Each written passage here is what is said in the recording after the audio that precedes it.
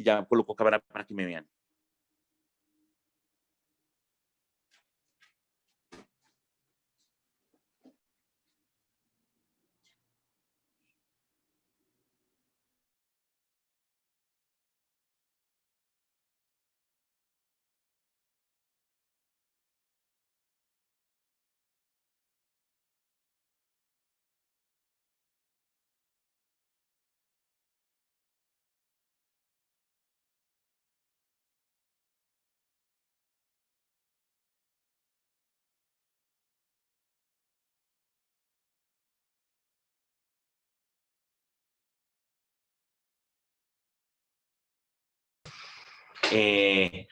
Bueno, quería mostrarles, digámoslo así, la importancia de las reglas argumentativas, por lo que pues preparamos 3 videitos en donde se están debatiendo temas muy polémicos, pero que siempre tienen que ver con razones de derecho, ¿sí? Los debates de la sociedad, por ejemplo, si debemos decir nosotros, todes, ¿sí? Es un problema lingüístico, aparentemente, termina siendo un problema de derecho y sobre todo de derecho constitucional. Si decimos el tema de el aborto también pues, es un tema de vida, ¿sí? Es un tema de derechos sexuales y reproductivos de la mujer, ¿sí? Termina entonces en debate de derechos, ¿sí? El tema de la función progresista, de esa ola progresista que se está dando, y esa es, nueva ola de conservadores, cool, que quieren decir, no, mire, el progresismo no todo es bueno, también es un debate que trasunta en el derecho. Entonces, todo eso que se está haciendo debe seguir con unas reglas, porque en últimas, como les estaba diciendo, quien gane el debate, quien genere el triunfo del debate en lo político, transforma el derecho, ¿sí? Lo transforma. En ese concepto de civilidad en el que nos encontramos, debatir y argumentar está otorgando, está transformando el mundo de lo jurídico. Entonces, en un momento dado, si la argumentación lleva a un punto en que el que está escuchando, eso lo va a establecer Habermas, quien escucha se convence, aceptará o rechazará ciertas cosas. Entonces, la gente no es mala, ¿sí? Las personas no son malas, pero puede darse que convencidos de una idea cometan actos atroces.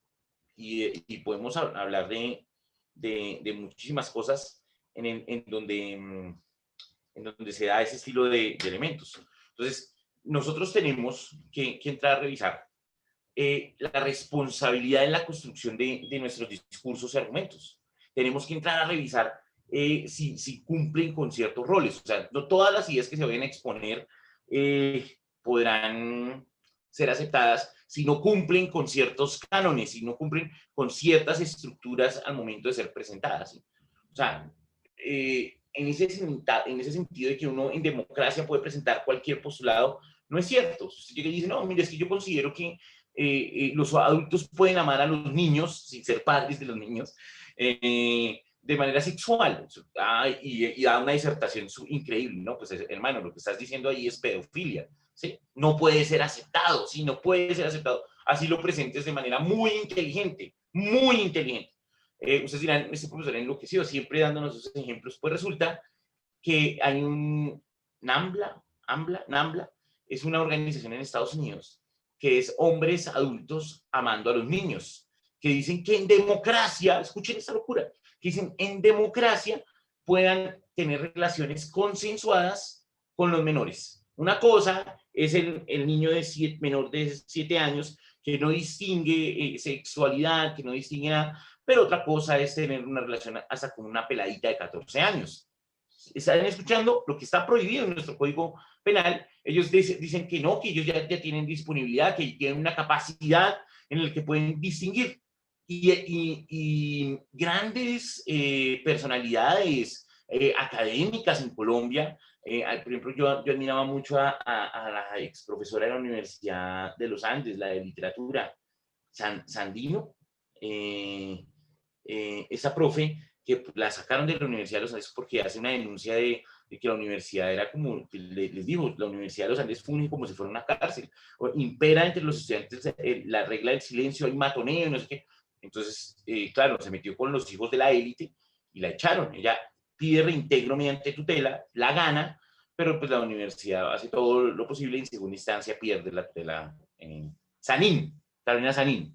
Entonces resulta que ella es muy importante, digámoslo así, porque pues es progresista, es de izquierda, y hay un momento en que saca un comunicado, sí, que la empañó con el tema que estoy diciéndoles, que dice en Twitter, que es supuestamente la red social política, dice, el pedófilo no es delincuente mientras no se acueste con los niños.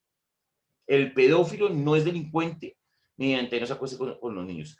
Hay que aceptarlo, porque el pedófilo, mientras no haya cometido el delito, ahí está. Entonces, ella hace una justificación sobre la pedofilia en el cual, pues, queda ella enmarcada, ¿sí? Queda ella metida y, pues, es muy difícil defender ese estilo de postulado, ¿sí? Entonces, oye, venías haciendo acá, sacrificaste, eso también es muy importante, venías haciendo una cantidad de reivindicaciones sobre equidad de género, venías haciendo unos bastante aportes sobre cuál sería la función de la universidad, no perder que la universidad está administrando un derecho público, un derecho esencial, que es el derecho a la educación.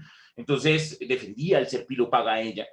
Y luego viene y dice, no, es que pues, los pedófilos hay que tratarlos con consideración, no, porque mientras no trasunten, pues no tiene nada de malo, dice ella, en un escenario democrático de libre desarrollo de la personalidad, de libertad de expresión, dice ella eso. Entonces, se enfrenta, digámoslo así, a una quemada pública de detractores, incluso sus propios seguidores, que dicen, no, ya aquí no te puedo seguir. ¿Por qué? Porque él sacrificó todos los postulados de debate de ella, lo que ella representaba, al tomar una decisión de esas. ¿Sí se dan cuenta? Al tomar la decisión de hacer una defensa de una postura de esas.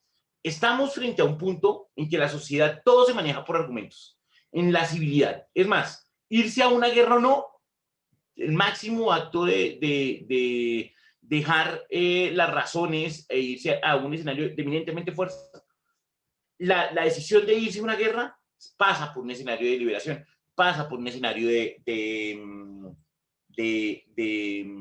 discurso o de debate, ya sea en el Congreso, ya sea dentro del propio cuerpo ejecutivo, pasan en esas decisiones. Entonces, es supremamente interesante cómo la argumentación es el instrumento más poderoso hoy en día y la máxima expresión de civilidad en el que se toma la determinación de todo. ¿Sí? Piensen en el tema de la construcción del COVID. Al principio estaban estipulando, bueno, ¿qué vamos a hacer? ¿Vamos a permitir cerrar todo? ¿Nos vamos a una cuarentena total o no? Bueno, ¿cuánto va a durar la cuarentena? Y todo se hizo no en un escenario de poder, en un postulado fuerte de poder, sino en últimas era razonando, era reuniéndose las entidades descentralizadas, los alcaldes, los gobernadores, con el presidente y tratando de tomar decisiones. El presidente tuvo varios decisiones que tuvo que retractarse porque tuvo en cuenta argumentos técnicos, científicos que le decían, no, mire, si usted hace eso, va a ser peor, si hace esto será lo mejor. Entonces tuvo que cambiar la normativa, tuvo que cambiar el derecho frente a razones técnicas, científicas, poderosas que lo iban haciendo cambiar de parecer. Entonces, en ese punto, ¿sí? En ese punto en el que nos encontramos, pues es interesante ver cómo la argumentación está funcionando. Nosotros hoy vamos a ver, si todo va bien, la construcción de argumentos mediante el árbol argumentativo de Irving Cobb.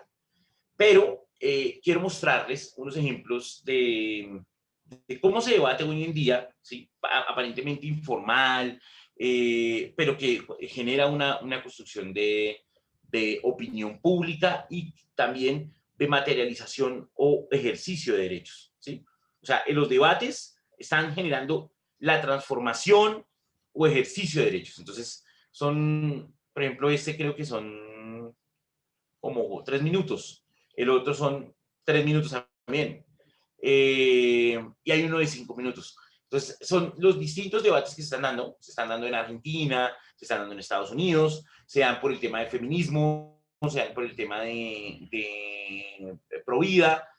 Entonces, la manera en cómo se toman los distintos discursos también están generando la manera en cómo se reconocen, cómo se exigen los derechos. Cómo se reconocen los derechos y cómo se exigen dependen de un grado de argumentación.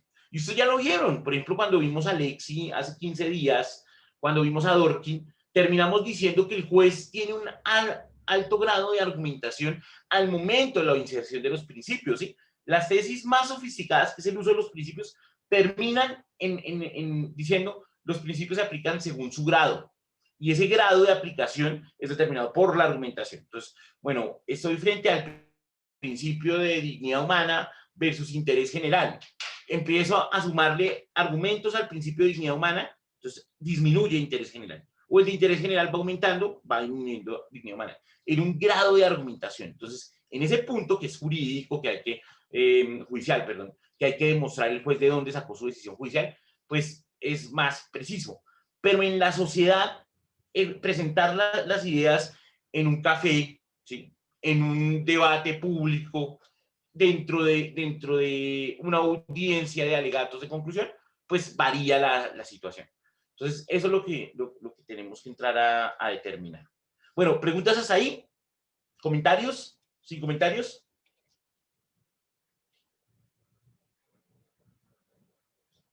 Wow. Sin comentarios. Bueno, yo les voy a preguntar ahorita, ¿listo? Cuando tal, para que estén pendientes. ¿Sí? Mientras. Profe. Sí, dime, Patricia.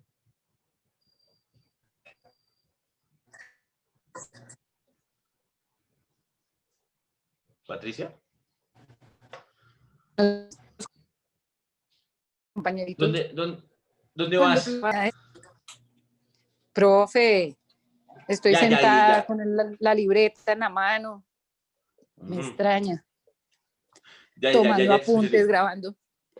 Profe, le decía que cuando planteaba el tema de los argumentos, en algunas oportunidades con ciertos temas, lo trascendental no termina siendo el argumento del discurso, sino el tema. Sí, el tema es trascendental, el tema es terrible, pero uno cree que es el tema el que dirige, digamos así, la emotividad de las personas, ya sea para votar, o ya sea para tomar una postura, o ya sea para tomar una decisión, pues resulta que no, que el tema se presenta, pero son las razones discursivas las que te hacen mover para un lado o para otro, las que te hace tomar una decisión o el otro, ¿sí? Uno, digamos así, asume la postura en el tema, por ejemplo, el tema es el aborto, ¿sí? Tema aborto. Pero vamos a asumir una postura frente al aborto según un discurso que puede ser explícito o implícito, ¿sí? Si nosotros, por ejemplo, nos hemos criado en el seno de una familia católica, hemos visto pues lo increíble de la maternidad, ya somos papás, ¿sí? Ya sabemos que cuando conseguimos a los hijos pues fue un acto de amor, los cargamos y todo, pues uno está más por un lado implícito.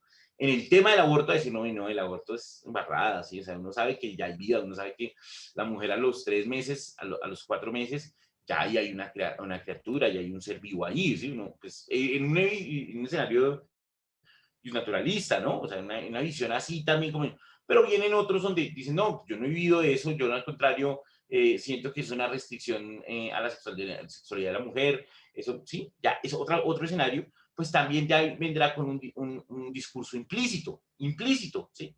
Los escenarios contextuales también ya nos va dando a nosotros argumentos, nos va dando también una postura frente a cierto tema. Aparentemente es el tema el que nos determina algo, pero realmente es que ya hay argumentos ahí implícitos, ¿sí? Ya hay algunas cosas que nos hacen ser o tomar partido como es. Les aseguro que aquellos que han visto, digamos así, la fuerza excesiva del Estado, pues va a tenerle resistencia a las autoridades estatales. Aquellos que han visto que el Estado ha sido todo con ellos, que habían sido azotados por la violencia y lo único que encontraron fue la autoridad, el ejército, la policía, pues van a tener cierto respeto y admiración pues por la autoridad. Eso es normal, ¿sí? eso también les trae una carga implícita. Sí, esta. Si tiene algún familiar que es policía, novio, novia, que hace parte de la fuerza pública, pues defenderá la fuerza pública, ¿sí? Eso es argumentos implícitos.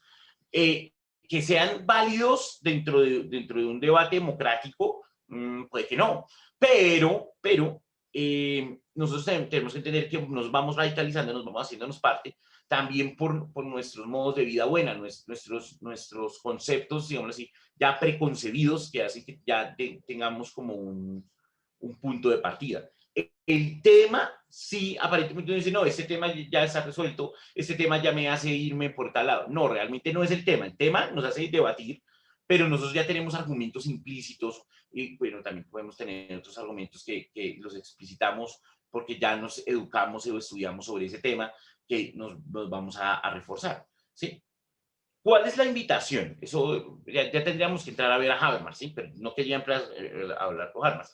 Habermas dice que existen 3 clases de auditorio, ¿sí? Yo no quería hablar de Habermas todavía, pero está el auditorio universal, está el auditorio particular y está el auditorio individual, ¿sí?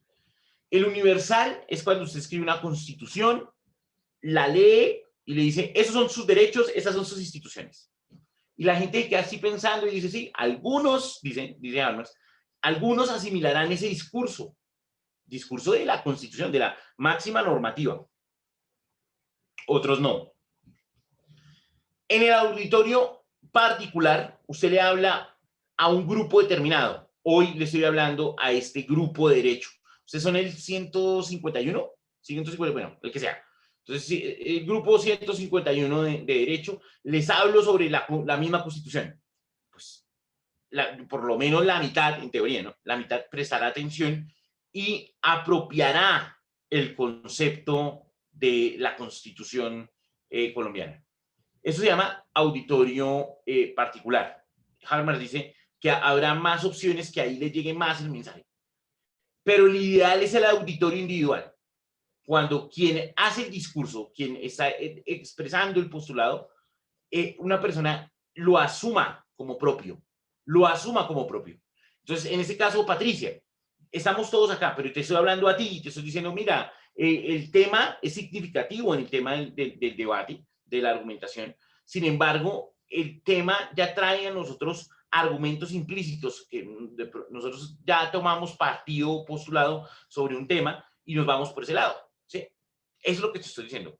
Si asumes eso, si logras entender, así no estés de acuerdo conmigo, pero ya, digamos, si entiendes al profesor, hemos logrado construir el auditorio individual. Ese es el más importante de Habermas. ¿Por qué? Porque el mensaje llega, ¿sí? Llega a la persona. Y cuando digo Patricia, es que le puedo estar hablando a la profe Camila, le puedo estar hablando a Jessy, al profe Fabio, a todos, ¿sí? Y en ese escenario lo asumen como propio. Ese es el máximo referente de la argumentación. Lograr llegar, ¿sí?, al auditorio individual, o sea, que la persona lo apropie. O sea, que aquí si hay 27 participantes, los 27 participantes apropien el discurso. Él dice eso es lo más importante. En las reglas comunicativas hay que tratar de apostarle de llegar al auditorio individual. O sea, la persona asumió la representación. Y no solamente llegar y lanzar un ideario discursivo, una serie de ideas, y pues mira a ver quién las cogió, auditorio universal. O esperar que de manera técnica, en un cierto grupo determinado, esperar que ese grupo determinado, una gran mayoría lo coja, renunciando a todos los demás. ¿Sí? No. Lo que hay que buscar es que volvemos a todas las ciudadanías como un auditorio individual y las personas lo asuman. ¿Por qué es importante esa clasificación que hace Habermas? Por la defensa del derecho y sobre todo de los derechos fundamentales o constitucionales. La aprehensión cognitiva de la Constitución, debe hacerse dentro de un marco, según él, de auditorio individual. ¿Sí? O sea, ser conscientes que tenemos derechos, ser conscientes que tenemos deberes, que tenemos acciones, que debemos defender esa Constitución, que si nuestra Constitución es democrática, pues debemos defender la democracia, que si la Constitución preserva minorías, pues debemos entender las minorías. ¿Sí? No, ese punto es lo que hace cuando la ejercemos, la entendemos, ¿sí?, la defendemos, somos parte del auditorio individual, de ese gran auditorio, de poder reproducir el mensaje que se ha dado. El auditorio universal, pues, está hecho para todos. Cuando se lee un discurso, ese discurso, pues, puede que lo estén escuchando. Y ese es un grave, o no, y ese es un grave problema en las clases virtuales, ¿sí? Si ya era un grave problema en las clases presenciales, en estas clases, bueno, sincrónicas, como dicen los de la policía, en este escenario, estas clases sincrónicas, que estamos hablando frente a una pantalla, ya estará en su fuero interno si me está prestando atención. Si no están allá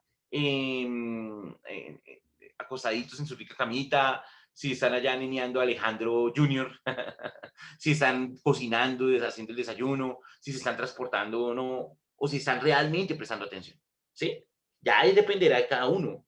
Entonces, cada uno asume si quiere hacer parte del auditorio universal en su aprendizaje del derecho, en su auditorio particular, o si son auditorios individuales, ¿sí? Si ustedes están realmente entronizados con esto, y es para todos, ¿sí? Para el resto de derecho, es probable que el otro año, al menos la mitad del año, toque seguir así, ¿sí? Hay unas estadísticas supremamente interesantes que ya se están dejando ver, y es que a los profesionales les gusta más esta modalidad. Entonces, no solamente puede que sigamos este año así, sino que ya de manera voluntaria muchos estudiantes de Derecho les den la oferta y les digan, bueno, ¿ustedes cómo quieren seguir? ¿Quieren seguir en presencialidad o quieren seguir en virtualidad? Porque la virtualidad daba mucho miedo, y sobre todo en Derecho, porque tanto Derecho como Medicina necesitaba de la presencialidad. Ya pues con esto se ha probado que pues, se pueden hacer esos grandes avances, pero también depende, digamos así, del auditorio, de las personas que están escuchando, ¿sí? Puede que la mitad de lo que yo estoy diciendo llegue, puede que no llegue nada, o puede que llegue el 100%, ¿sí?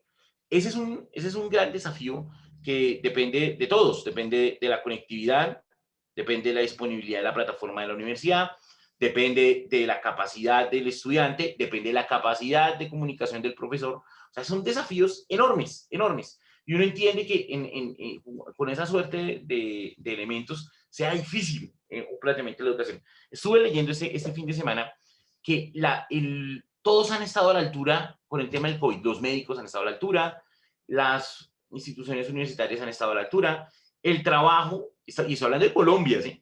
El trabajo en virtual también ha estado a la altura. O sea, las empresas, muchos han tratado de transformar, les ha parecido novedoso. Hay empresas que han entregado oficinas, que han entregado los lugares, los establecimientos físicos en arrendamiento, y tomaron la decisión de seguir trabajando, ahorrándose luz, ahorrándose pago de bien inmueble, con sus trabajadores, ¿sí? O sea, decidieron entregar las oficinas físicas y se dieron cuenta que pueden seguir trabajando y facturando igual, ¿sí?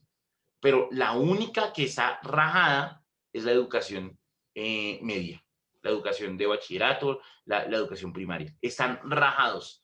Decían que esa era una oportunidad para que realmente llegara al 100% de los colombianos la educación. Entonces van y miran, y hay regiones en donde no llega la virtualidad porque no hay internet, no hay redes. Ese estilo de escenarios es que nos seguimos rajando, ¿sí? Los profesores, el mal profesor sí que deja trabajos, ¿sí? No tiene nada que decir en la clase sincrónica, en la clase virtual, entonces lo llena de trabajos. O sea, su falencia, ahora no es que vayan a comparar o vayan a decir, el profesor Vadillo está diciendo que todos los trabajos que nos dejaron era para llenar el vacío.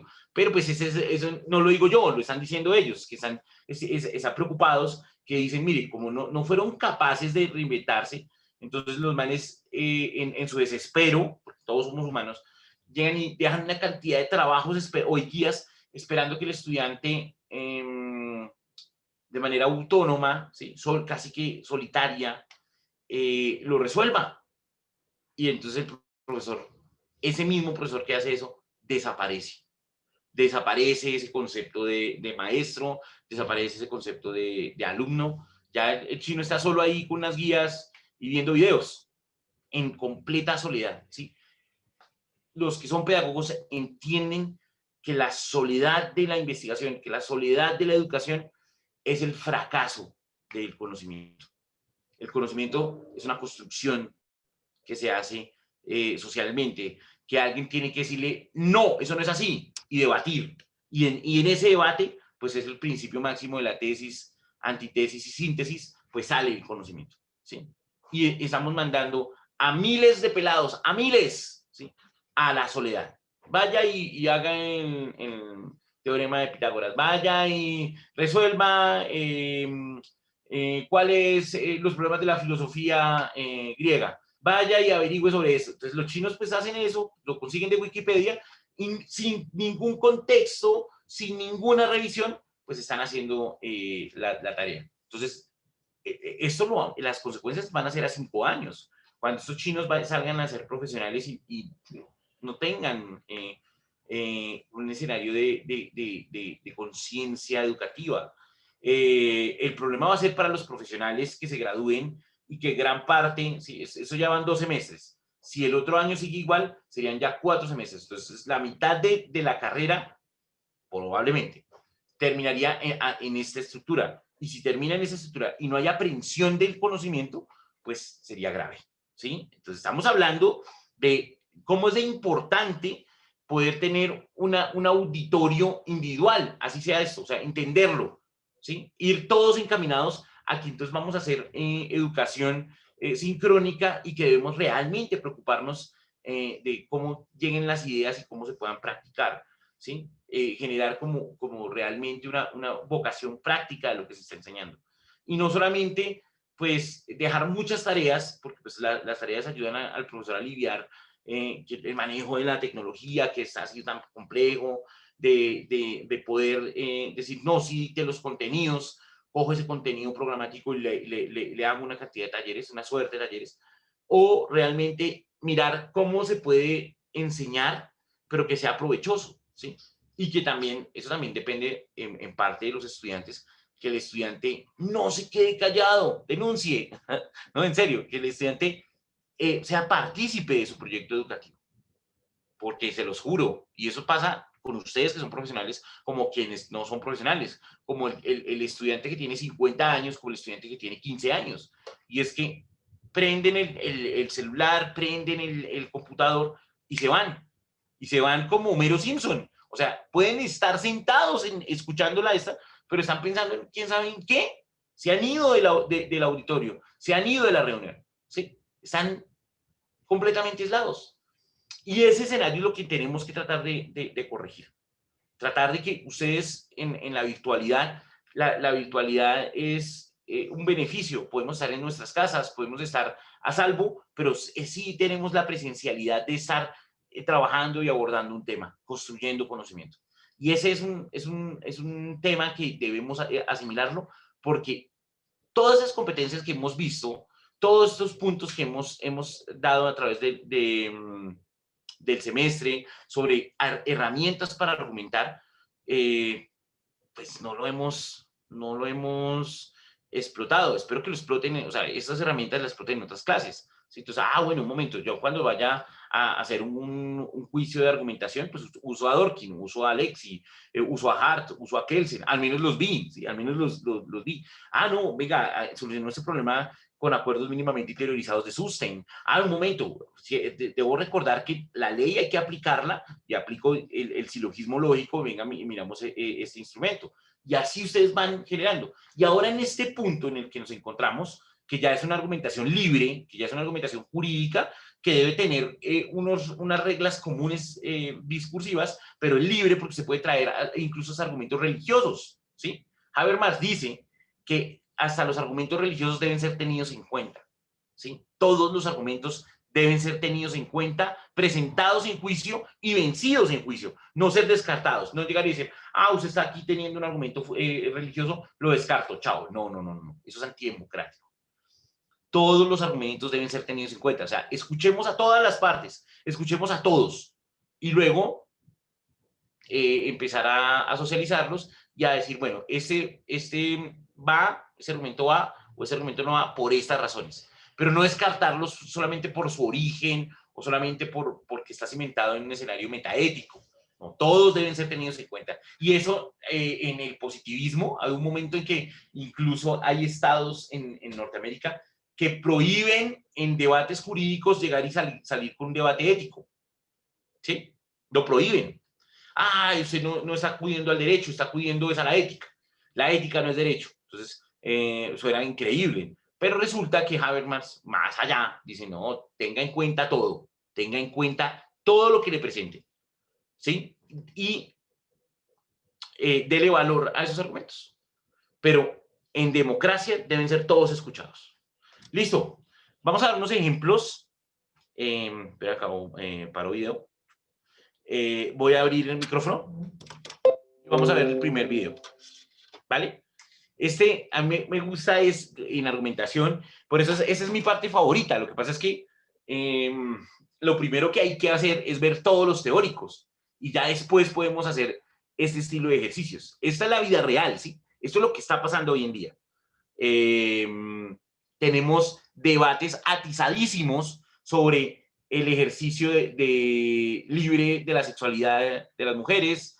Tenemos problemas graves con el tema de la inserción progresista o sobre conceptos de multiplicidad de credos, ¿sí? entre protestantes, católicos, ateos. Entonces, bueno, ¿cómo vamos a tener ese trato? Y todo es de derecho, ¿sí? Todo es de derechos fundamentales. Entonces, pues, vamos a ver, digámoslo acá, esta nueva corriente. Emanuel Danan es un man muy conocido en Argentina, sobre todo en Córdoba. Tiene una radio que es financiada, ¿sí? Es una radio cool, ellos son la derecha cool, que se ve increíble y están haciendo contestaciones a una ya institucionalizada izquierda. Cuando digo institucionalizada izquierda es que pues ya se pueden dar cuenta que el presidente Fernández es de izquierda, que superó al gobierno Macri, que fue el gobierno de derecha, que trataron de retomar, pero pues ese es criticado, no sé si mal gobierno, pero la ciudadanía quería dejar al kirchnerismo, a Cristina Fernández de Kirchner, que había estado 2 periodos, y Macri no le fue tan bien, pues para los argentinos, así que vuelve la izquierda, ¿sí?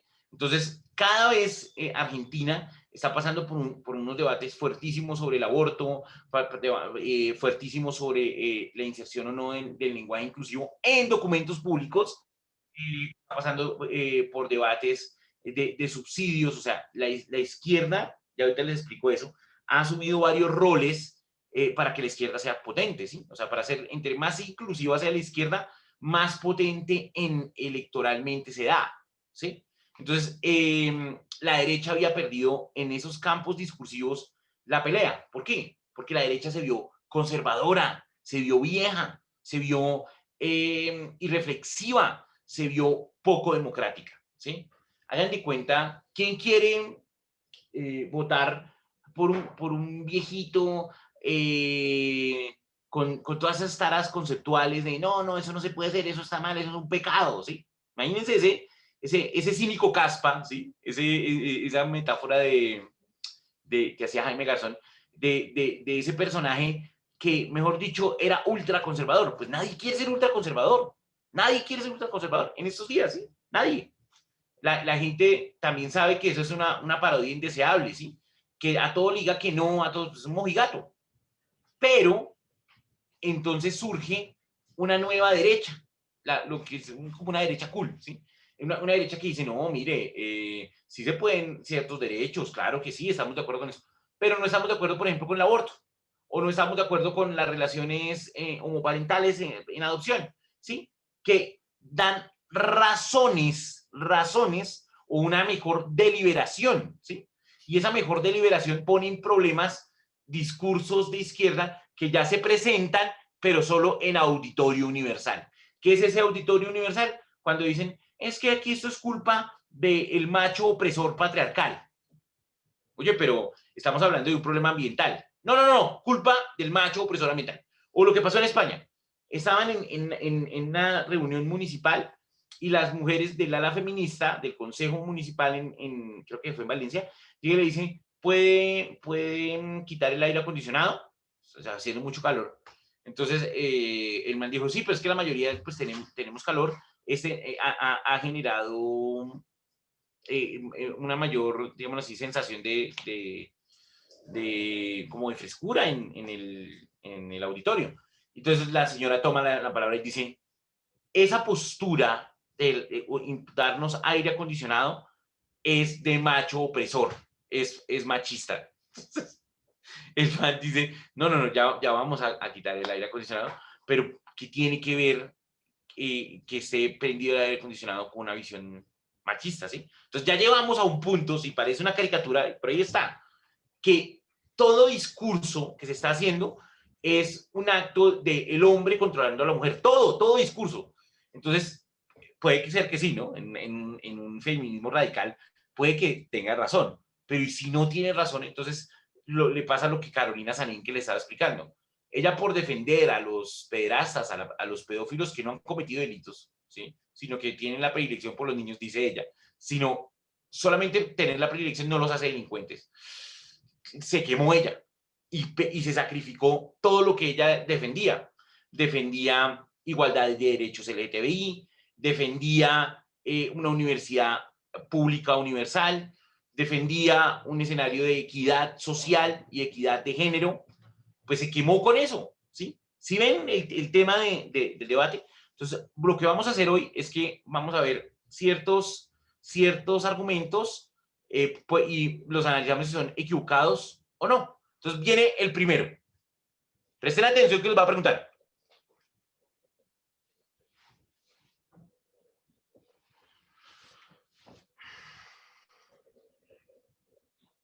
Un segundo.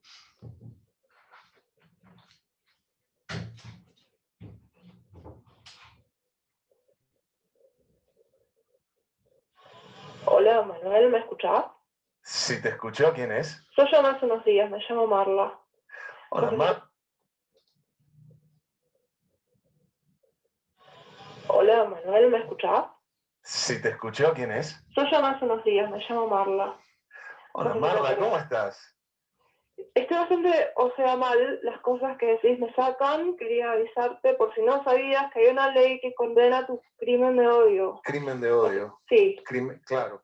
Lo cierto es que estos chicos repiten todo de memoria. Crimen de odio es una mala traducción de hate crime. Vos repetís de memoria. ¿Okay? La traducción correcta sería delito de odio, Marla. Te lo digo como traductor público, Marla. No sé que repiten tanto lo que maman de Estados Unidos, al menos pásenlo por el Google Translator, por lo menos, qué sé yo. Vos sos un machito que cree que me va a correr con tecnicismos. La ley de identidad de género es una ley que vos deberías respetar o tenerte las consecuencias de ser transfóbico de mierda. ¿Un transfóbico? ¿Soy un transfóbico? ¿Eso existe? ¿Existe ser transfóbico? Pero sí. Soy un transfóbico. Todo lo que estás diciendo es transfóbico. Tu discurso de odio promueve la transfobia. Les que se está muriendo porque gente como vos promueve el odio, personas como vos no dejan que el mundo avance. Yo no dejo que el mundo avance. No. Yo no dejo que el mundo avance. ¿Te parece que yo discrimino, Marla? ¿Y a vos la discriminación? A nadie. No. A nadie con dos de frente le va a gustar que lo discriminen. Si tuvieras un poco de empatía, lo sabrías. Empatía. Marla, ¿vos sabías que la fobia es un trastorno psicológico? ¿No? No, la transfobia... La fobia es un trastorno psicológico por su propia definición, Marla. Y vos estás usando un trastorno psicológico como insulto. No. Como si fuera algo malo padecer un trastorno psicológico. Yo nunca te insulté, no. Marla, hace 5 segundos o menos me acabas de decir transfóbico de mierda, si eso no es un insulto. Pero no ¿A vos te parece bien, Marla, no, utilizar un trastorno psicológico como es la fobia como un insulto y hacerlo encima en nombre de decirle no a la discriminación? ¿Yo dónde te insulté a vos? Bueno, por ahí no me dijiste transfóbico de mierda, está bien. Contame esta ley que yo estaría violando, Marla. Bueno, te voy a educar un poco. Hay una ley que se llama Ley de Identidad de Género, que es la ley 26.743, que dice que vos tenés que reconocer a las personas trans por el sexo con el que se autodeterminan o podés tener graves consecuencias legales. Y no es algo que puedas tener en la tele, por ende, en la discusión, porque no es una opinión. Esto es una ley, viene del primer mundo, por algo en Canadá, esto se hace valer muchísimo, y acá la tenemos que respetar, ¿entendés? Eso es progreso, eso es vivir un poco en el futuro. Hay que respetar la ley, Marla. O sea, es una ley y hay que respetarla a rajatabla. Que protege a las minorías de tipos como vos, con un discurso de odio, claro. Yo soy que claramente tenés transfobia porque en el fondo debes ser gay. Ah, seguro. Tendría algo de malo eso, ¿no? Para vos ser gay es algo malo. No. Pero lo acabas de decir como si fuera algo malo. Bueno, no importa, pero a vos lo que te preocupa es que la ley hay que respetarla a rajatabla, hay que respetar la ley, ¿no? Sí. Déjame hacerte una pregunta, Marla, porque como todas ustedes están fabricadas en serie, ya me imagino la respuesta. ¿Vos estás a favor del aborto, no, Marla? Sí, es un derecho. Nuestros cuerpos no son una incubadora, querido. Perfecto, qué sorpresa. ¿Qué tiene que ver? ¿Cómo que tiene que ver, Marla? El aborto, ¿Qué tiene que ver? El aborto es ilegal. ¿Esa ley no hay que respetarla, Marla? Marla, el aborto es ilegal. ¿No? Pero eso es una ley retrógrada, por eso se está luchando para que esa ley se termine, ¿entendés? O sea que cuando una ley te gusta, todos tenemos que respetarla a rajatabla sin cuestionarla, por más que tenga 1 millón de huecos, permita que un tipo la burle para jubilarse 5 años antes o que un violador la use para ser recluido en una cárcel de mujeres, como pasó en el Reino Unido, pero cuando una ley no te gusta, y hay que cambiarla, ¿no? Eso se llama doble moral, Marla. O como le decía Orwell en 1984, cuando hace como 50, 60 años anticipaba a todos los idiotas como vos, doble pensar. A ver, sí, idiota. Vos me dijiste transfóbico de mierda y gay reprimido. O si utilizaste la homosexualidad como insulto, pero bueno. Eso es doble moral, Marla. Marla, te corto. Marla, pues yo quería preguntarle qué pensaba de las leyes de Nuremberg también, si había que respetarlas a rajatabla, porque eran la ley, ¿no? Bueno, ahí ya vieron el primer esquemita de debate, ¿no? Ahí quien iba ganando el debate por la postura en cómo está, porque está mejor preparado, en comunicación por lo menos, pues era el locutor, ¿sí? La otra persona llama cargada de emotividad, indignada tal vez por lo que previamente él había dicho, porque o sea, él tiene, ¿sí? Todo el tiempo en la radio está pues hablando mal de las feministas. Pero siendo objetivos, ¿sí? Si lo vuelven a ver, nosotros vamos a mandarles el link, si lo vuelven a ver, siendo objetivos, quien tiene razón discursivamente es el locutor, es Dan. Trató, sí, cometió varias falacias. Yo no sé si ustedes se acuerdan cuando vimos las falacias. La falacia del hombre paja, la falacia de verdad, el tu cuoque, tú también, cuando se usa esas falacias, las usó, ¿sí? Que eso está mal en la argumentación. Nosotros siempre tenemos que hablar con la verdad y evitar esa intencionalidad de hablar con juicios falaces, porque la falacia es engañar, ¿sí? La falacia es distraer del discurso principal o el objeto del discurso principal, y ese no es el propósito. Entonces él varias veces utilizó eso, ¿sí? La trató de llevar al ridículo, usó usó el ad hominem, igual que ella, pues, pero el deber sería él, que él es el comunicador, cuando le dijo, pues, estúpido, ¿sí? Cuando la trató de estúpido, pues ya, digamos así, pierde poder en ese escenario. Sin embargo, pues dio argumentos muy, muy poderosos. ¿Qué argumentos dan poderosos? Cuando la hace llevar al argumento de que, hay que acatar la ley, me estás dando el criterio de autoridad de que debes acatar la ley. Pero para otros argumentos, tú desconoces la ley. Ese es un argumento supremamente poderoso, porque la llevó a una trampa argumentativa en la que era muy difícil salirse, ¿sí? Primero le digo, usted entonces es súper legalista, ¿no? Me está diciendo que yo violo la ley, entonces que me deben aplicar esa ley, o al contrario, debo acatar la ley. Entonces ella le dice, sí. Entonces le dice, bueno, entonces en este caso, en la ley del aborto, que está igual que en Colombia, solamente 3 causales exceptivas, el resto está prohibido. Entonces, ¿qué hacemos? ¿Sí? Entonces, claro, en ese punto del debate, pues ella pierde todos los escenarios. ese argumento de haber sido, por ejemplo, de leyes injustas, decir, no, mire, es que no es solamente por un criterio tautológico de la ley, sino estamos hablando de acuerdo a un concepto de justicia, ¿sí? Usted está violando la ley, pero lo que está violando ahí es un escenario de discriminación, y dice por un escenario de discriminación. Pero, pues como ella empezó, también lo ofendió al principio, generó todos unos elementos en los cuales ya el debate estaba mal hecho, estaba mal estipulado. Además que no es un debate académico, sino es un debate social. Y ese debate social pues, puede traer todas esas contrariedades que estamos viendo, ¿sí? ¿Qué es lo interesante de ese debate social? Que es una representación en público, ¿sí? Para todos, en el auditorio universal, de una representación. ¿Quién ganó? Pues Danan, el locutor. Y al ganar Danan, ¿sí? en personas que apenas se están formando, que llegan apenas a generar su propio juicio de opinión pública, entonces gana el concepto que representa Danan. Miren hasta pues el canal es de él, ¿no? Emanuel Danan aniquila a feminista pro aborto. O sea, es como si le hubiera dicho que los argumentos que están ahí estipulados, ¿sí? Son suficientes para decir, mire, la feminista pro aborto no tiene razón. Eso es lo que ocurrió ahí. ¿Sí estoy siendo claro? Eso es lo que le quiero mostrar.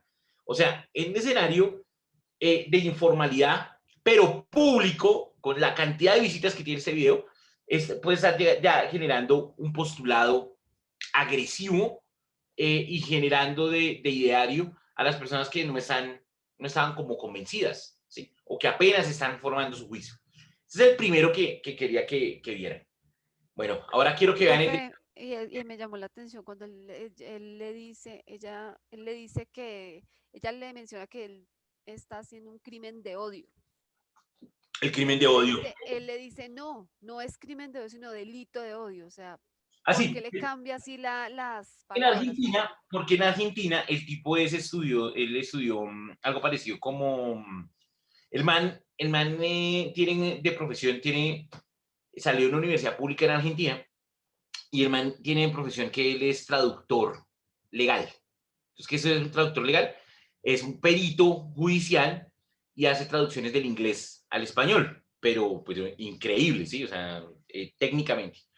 Aparte de eso, cuando se habla de delito y crimen, ¿sí? Lingüísticamente, pues se hablaba de delito solamente en el escenario de homicidio. Nosotros conocemos que delito y crimen se trata indistintamente. Si ustedes ahorita van y miran, ahorita en serio, entren a Google, coloquen delito, sale sinónimo crimen. Pero él, digámoslo así, lingüísticamente en Estados Unidos, cuando perdón, es al revés. Cuando haces mención a crimen, ¿sí? Estás hablando de homicidio. Escena del crimen o escena es de homicidio. Y delito, pues son, por ejemplo, cualquier tipo de tipificación, desde delitos en contra del patrimonio, como delitos de libertad sexual, como delitos financieros. ¿Sí estoy siendo claro?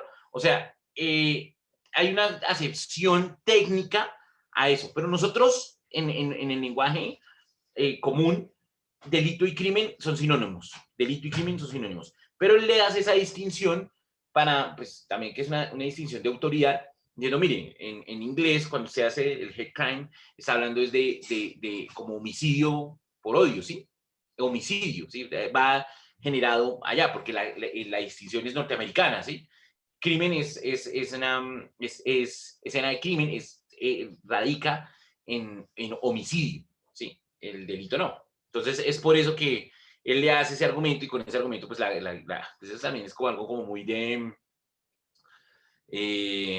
como muy técnico y lo hace ver como mejor preparado que la que estaba debatiéndole a él, ¿sí? La que estaba debatiendo a él pues era indignada, ¿sí? También entender eso, ¿sí? Estaba indignada, quién sabe lo que le estaba diciendo. Bueno, yo sé qué estaba diciendo, ¿sí? Todo el programa está ahí. Y genera ese estilo de controversias. ¿Qué es lo que ocurre? ¿Sí? Que aparentemente ese debate que se está dando, ¿sí? eso tiene una intención, ¿sí? La intencionalidad es que él dice que es capaz de debatir con cualquiera que represente ámbitos de izquierda, ¿sí? Entonces, ahí hay hartísimos, hay hartísimos. Entonces, es una sección en donde la gente llama, él pica y pica, pica en el programa, la gente llama y entonces, no, yo quiero debatir contigo, y entonces empiezan a debatir, pero pues él ya viene preparado, ¿sí? Ya viene preparado, y en ese escenario lo que hace es descalificar el movimiento de izquierda o el movimiento progresista. Pues está bien, ¿sí? Si usted va a debatir con él en las reglas expuestas ahí, pues se tiene que preparar para algo así. Entonces, él hace todo ese espacio porque tiene la confianza que le puede ganar a los ciudadanos que llamen, ¿sí? Entonces, pues, ya pueden imaginar los problemas tan vergonzantes que puede darse ahí, pero esto está mostrando como la nueva derecha, es la oposición, es todo un punto muy fuerte que se ha dado, ¿sí? Él tiene contactos con Vox en España, o sea, esto no es, eso, cuando uno empieza a mirarlo, lo que pasa es que no quería contarles eso, pero, por ejemplo, Danan, Laje, todos esos nuevos personajes cool que salieron de la derecha, que debaten en temas de sexualidad, que debaten en temas económicos, que debaten en temas de lingüísticos, terminan dando muy buenas razones que le hacía falta al debate democrático, ¿sí? La derecha se había dejado coger ventaja, como aquí en Colombia. Aquí en Colombia, ¿sí? Ustedes pueden ser de derecha, ¿sí? Me imagino. Pero yo creo que se sentirán avergonzados, por ejemplo, con Paloma Valencia, o avergonzados con esta vieja, ¿cómo es que se llama? La Cabal, ¿sí? María Fernanda Cabal, que fueron senadoras, fue porque fue al principio un arrastre del presidente Uribe, ¿sí? Voten por Uribe, entonces votó tanta gente por Uribe que movieron 18 congresistas en un solo planazo, ¿sí? Votar cerrado, votaron por ellos. En la segunda elección ya, que se dio en el Congreso, cada uno pues ya tenía que mover su propia gente. Pero si ustedes escuchan a Cabal, escuchan a Paloma Valencia, escuchan a unos, no tienen discurso teórico, ¿sí? O sea, son movidos por unas pasiones, pero no pueden defender elementos. El tema de Estudio en Vagos, por ejemplo. El tema de menos mal, Gabriel García Márquez está muerto y ya está en el infierno. O sea, son tremendas cosas que las queman, las dejan muy mal paradas como representantes de una ala política. ¿Sí se dan cuenta? Entonces, hace falta como una dignidad en el debate. Ya se van a dar cuenta, ¿sí? Ya se van a dar cuenta. Entonces, en el debate que se pueda de manera mesurada, de manera consensuada, ¿sí? Técnica, demostrar los postulados que se quiera. Eso es democracia, ¿sí? Pero nosotros estamos todavía en un punto en donde usted es un asesino, viola niños, se le dice a los de las FARC, que son asesinos, violan niños, en pleno Congreso, y el otro le dice, usted es un paramilitar, le dice al man que pues es del Centro Democrático. Y el tema que se está debatiendo, impuestos. ¿Sí estoy siendo claro? Entonces, el verdadero tema en el Congreso era, ¿vamos a colocar un impuesto o no? ¿Vamos a hacer una reforma tributaria o no? Y se sacan ese estilo de cosas en un debate técnico. Pues perdió ese debate y por eso es que tenemos que pasan de planazo o de pupitrazo ciertas leyes. Si fuéramos más juiciosos, ¿sí? en el tema del debate, nos concentramos exclusivamente en discutir las conveniencias o no. Y eso ayuda a enriquecer, por ejemplo, la creación del ordenamiento jurídico, ¿sí? de manera correcta. Si eso no se hace, pues grave. Bueno, quiero verles mostrarles el otro. Nueva derecha cool, Estados Unidos. Dicen que Ben Shapiro, pues vamos a ver qué pasa con toda la pandemia y todo, pero se está proyectando para que Shapiro sea el próximo presidente de Estados Unidos, ¿sí? O sea, le apuestan a una derecha fuerte norteamericana, digámoslo así, que va a corregir. Entonces, la transición es Trump, ¿sí? Es más, yo creo que ahorita echamos les pregunto, yo creo que Trump gana estas elecciones, ¿sí? Hoy que empezaron a votar, yo creo que Trump es el que va a ganar. Ya les doy mis razones. Pero primero veamos a Ben Shapiro, que cada vez más, ¿sí? Este abogado, experto también en comunicación social de Harvard, que se había vuelto una autoridad, ¿sí?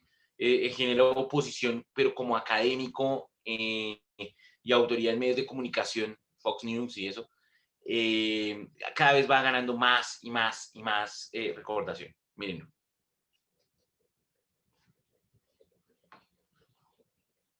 Okay. No, gender is not disconnected from sex. So it's not completely disconnected, but it's still a cultural thing. It's still from society. Okay, no, it is not in the mind. Okay, you're not a man if you think you're a man. And I didn't say pretending, or if I did, I shouldn't have said pretending. Let me amend. Okay, I said a boy who thinks he's a girl. That's the usual phraseology I use. Not playing. I usually say a boy who thinks he's a girl or a girl who thinks he's a boy, which is technically what we're talking about here. As far as the actual psychological issues at play, it used to be called gender dysphoria or gender identity disorder. Now they call it gender dysphoria. The idea that sex or gender are malleable is not true. Okay, and I'm not denying your humanity if you're a transgender person. I am saying that you are not the sex to which you claim to be. You're still a human being, and you're a human being with an issue that I wish you Godspeed in dealing with in whatever way you see fit. But if you are going to dictate to me that I'm supposed to pretend that men are women and women are men, no. My answer is no. I'm not going to modify basic biology because it threatens your subjective sense of what you are. Okay, but you're still saying kids not be accepted because they don't really fit in either place. They can't just I'm saying that the Boy Scouts have a standard. You must be a biological boy to be a Boy Scout. You have to be a boy to be a Boy Scout. I didn't know. In the name Boy Scouts. Because this is a very important, because for all of human history, boy meant boy and girl meant girl. Boy did not mean girl. And if I call you a moose, are you suddenly a moose? Okay, if I redefine our terms. No, yes, that's right. Men and women are a completely different thing. This is true. Have you ever met a man or a woman? They're completely different. It's not a thing. Genders. It's not saying. Okay, why is that? I don't understand. Why? Okay, let me ask you this. Okay, I won't ask you how old. I will ask you how old you are. Okay, because you're young enough that it's probably not insulting to ask you. So. I'm 22, so I'm probably only naive, right? No. Why aren't you 60? Why aren't you 60? And why can't you identify as 60? What is the problem with you identifying as 60? You're right. Age is significantly less important than gender. You can't magically change your gender. You can't magically change your sex. You can't magically change your age. You can still legally change it. People will recognize. You can't legally change your age, by the way. Obviously, you can change your name, you can change your sex, you can change your identity. Just because you can do things legally doesn't mean that they are correct biologically. You can do lots of things in the past that were incorrect biologically and correct legally. For a long period of time in the United States, sterilization of the mentally ill took place. That didn't make it okay. Skinner versus Oklahoma. Justice Oliver Wendell Holmes wrote the decision. Right. I still don't understand why. It's not a matter of open-minded and accepting. I want them to get treatment that they see fit. That's not involving me. The idea behind the transgender movement as a civil rights movement is the idea that all of their problems would just go away if I would pretend that they were the sex to which they claim membership. That's nonsense. The transgender suicide rate is 40%. It is 40%. And according to the Anderson School at UCLA, it makes no difference. There's a study that came out last year. It makes no difference, virtually no difference, statistically speaking, as to whether people recognize you as a transgender person or not, which suggests there's a very high comorbidity between transgenderism, whatever that mental state may be, and suicidality. It has nothing to do with how society treats you. Do you think it could be because of their bullied at school? No, I do not think that the discrepancy, first of all, I'm against bullying of any sort, okay? The idea that somebody would beat somebody up is terrible, okay? As somebody who's viciously bullied in high school, I'm not a fan of bullying. But the idea that the normal suicide rate across the United States is 4%. The suicide rate in the transgender community is 40%. The idea that 36% more transgender people are committing suicide because people are mean to them is ridiculous. It's not true, and it's not backed by any science that anyone can cite. It is pure conjecture. In fact, it's not even true that bullying causes suicide, according to a lot of studies. For example, in the Black community, where the idea is supposedly that America is a racist society, Blacks are bullied a lot. Okay, in the Black community has significantly lower suicide rates than in the white community. In fact, in third world countries, the suicide rate is significantly lower than in first world countries. Suicide actually seems to be a privilege of the upper classes, if you actually look at it from a financial perspective. So the idea that suicidality is directly a result of people like me saying, no, men are not women and women are not men, it's not true. It's also... Do you think it doesn't impact their identity at all, or their depression, or how they feel about themselves? I think the idea that you're going to sacrifice the entire society's proper definition of sex because you think that there is in legal terms, somebody with an eggshell skull, meaning that somebody who has a pre-existing condition that makes them more susceptible to criticism, that is not a way to run a society. You can't sacrifice truth because some people are going to actually suffer because of the truth. Plus, there's no evidence whatsoever that the suicide rate would go down in the transgender community in any marked way if people just started pretending that men were women and women were men. We're trying that experiment now. We'll find out whether it works. So far, no evidence. Have you talked to a group of trans people at all instead of this group of like white people? I'm more than happy to talk to a group of any people who will have me, but usually they protest me. Bueno, ya lo vieron ahí. Ese es Ben Shapiro, ¿no? Yo no sé si ustedes se acuerdan, yo no sé si fue en esa clase o fue en Constitucional que les hablé del porcentaje de suicidios de los trans, cuando hablamos de colocar un baño para el tercer género, ¿sí? No sé, no me acuerdo si yo en presencialidad les hablé de eso. Si se dan cuenta, Shapiro utiliza las mismas estadísticas, ¿sí? El 4% de los norteamericanos corren el riesgo la tasa de suicidio está en el 4%, es alto, altísimo. Y la población trans, que es el 12% de norteamericanos, 40% está en riesgo de matarse, ¿sí? 40% del 12% de todos los norteamericanos. Ahí es supremamente interesante porque Shapiro dice, mire, no hay prueba alguna que la tasa de suicidio baje si lo reconocemos como en el sexo que ellos dicen. Pero entonces aquí viene algo supremamente interesante. Cuando Obama aplica en los colegios públicos la creación de baños de tercer género, disminuyó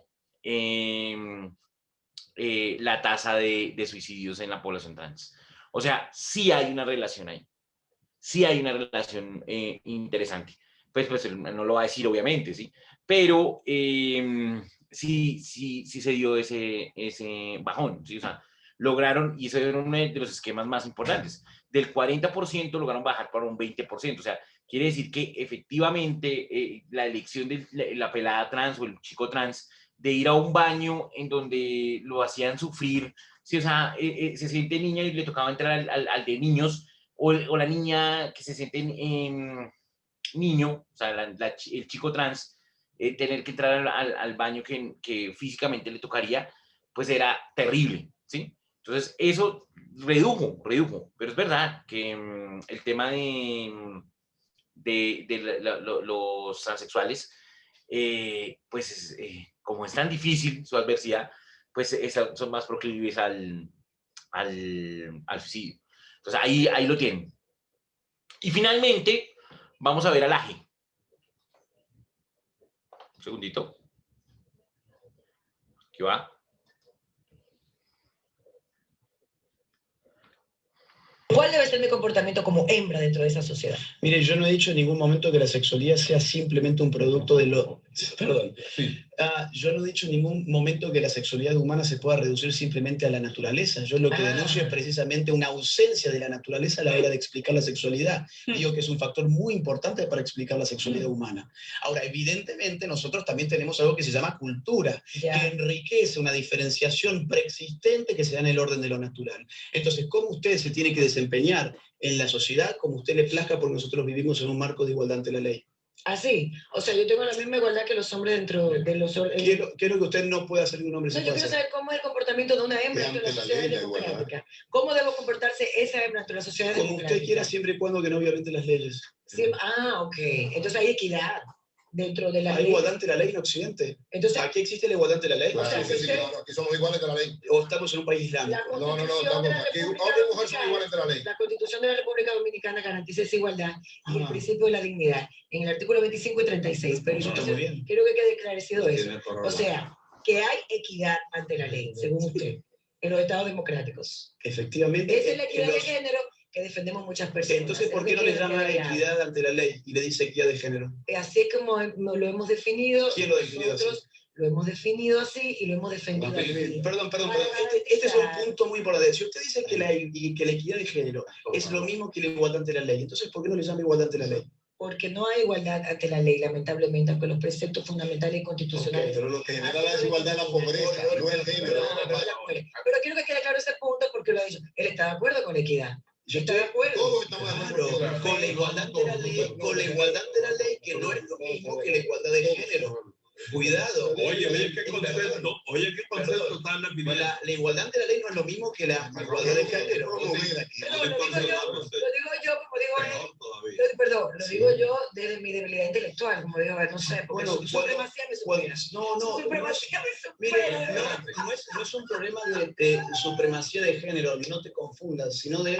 De género no, yo nunca he tenido ese inconveniente. Yo creo en la equidad, como la ley lo define. La República Dominicana no, yo, en verdad, lo único que pienso es que tu inconveniente es que hacer juicios de valor que después no se pueden sostener. Exacto.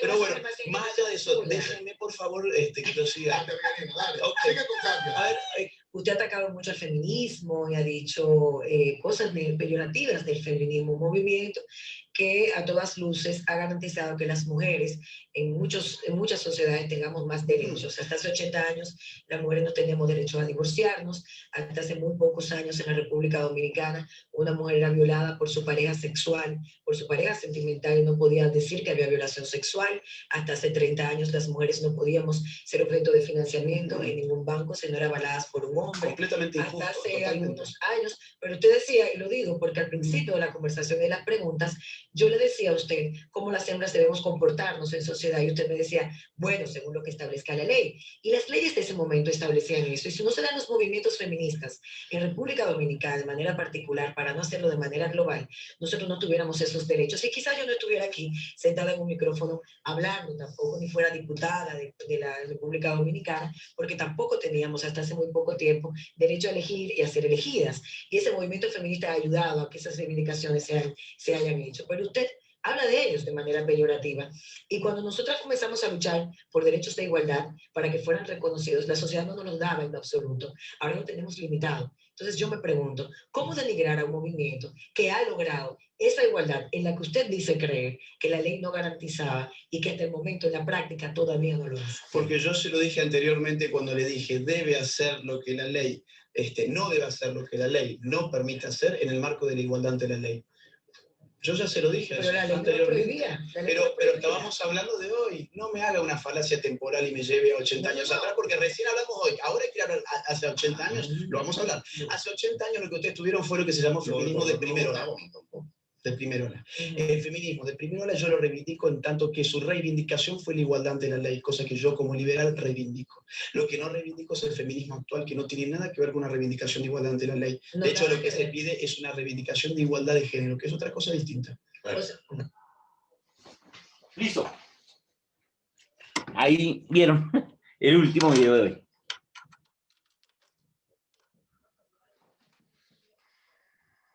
¿Me escuchan? Sí, profe. Sí, profe.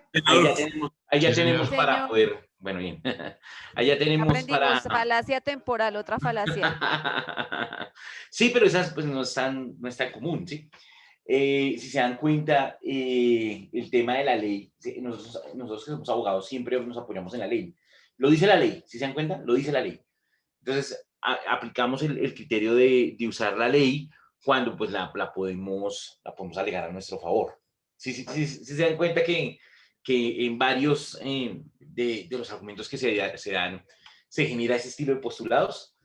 Pero bueno, ya vimos tres distintas personas defendiendo distintos postulados, pero todas izadas bajo el mismo discurso, ¿no?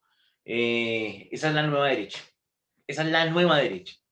Y a esa derecha, pues yo a esa sí le tengo miedo, ¿no? Pues yo soy de derecha también como ellos, pero pues ellos son liberales, reconocen, imagínense, dicen, reconocemos, claro, las reivindicaciones feministas, pero solamente las de la primera ola, ¿sí? O sea, que las mujeres puedan votar, que las mujeres puedan trabajar, que mejor dicho, que puedan tributar, cotizar dentro del marco del capitalismo, y pues está bien. pero no reconocen, por ejemplo, las otras olas, además que esas olas están en formación, ¿no? Dicen que la tercera ola feminista hasta ahora está tratando de encontrar, las mismas feministas se dan duro con las chicas trans, porque las feministas radicales no consideran a las mujeres trans mujeres. O sea, es como si fueran también de derecha el feminismo. O sea, tenemos feministas radicales de derecha. Es supremamente interesante.